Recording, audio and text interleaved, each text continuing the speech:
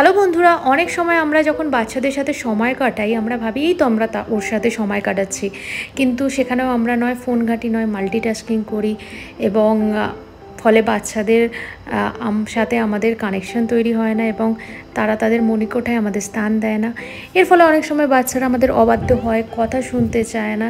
কিন্তু এর পরিবর্তে আমরা যতটুকু টাইম আমরা বাচ্চার সাথে কাটাচ্ছি, যদি আমরা কোয়ালিটি টাইম স্পেন্ড করি, তাদের সাথে আমরা খেলায় অংশগ্রহণ করি বা তারা যেটা চাইছে আমরা সেই কাজটা করি, তাহলে দেখবেন সহজেই তারা আমাদের কত কাছে এসে গেছে।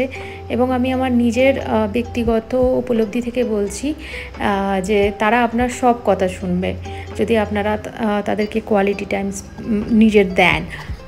অবশ্যই সব সময় যে বাচ্চাদের সাথে খেলতে হবে সেটা নয়, কারণ মাঝে মাঝে বাচ্চাদের একাও খেলতে দেওয়া উচিত, এতে তাদের ইমাজিনেশন পাওয়ার বাড়ে।